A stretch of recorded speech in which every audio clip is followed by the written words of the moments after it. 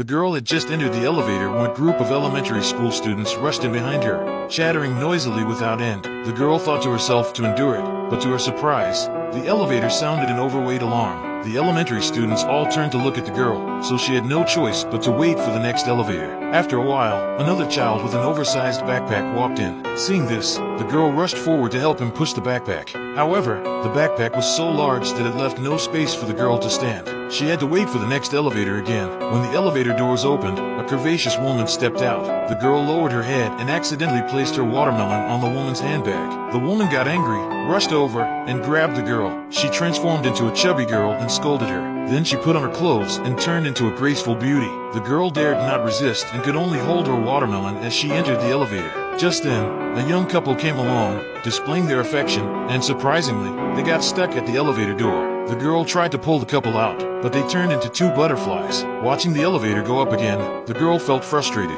At this moment, a pregnant woman approached. The girl carefully helped her into the elevator, but the pregnant woman suddenly experienced stomach pain and kicked the girl out with one foot. Next, an elderly lady came by while walking her dog. The girl was so frightened that she climbed up the elevator shaft. The elderly lady was too engrossed in her phone call to notice anyone else's feelings. The girl couldn't take it anymore and transformed into a big gray wolf. A little later, an old granny arrived, and the girl immediately turned into a docile lamb. She held the elevator for the granny and patiently waited. This time, she finally got into the elevator as she wished. However, when she reached her doorstep, the old granny suddenly disappeared into thin air. The girl was terrified and stepped out of the elevator, only to realize that she was still on the first floor. After some contemplation, the girl decided to take the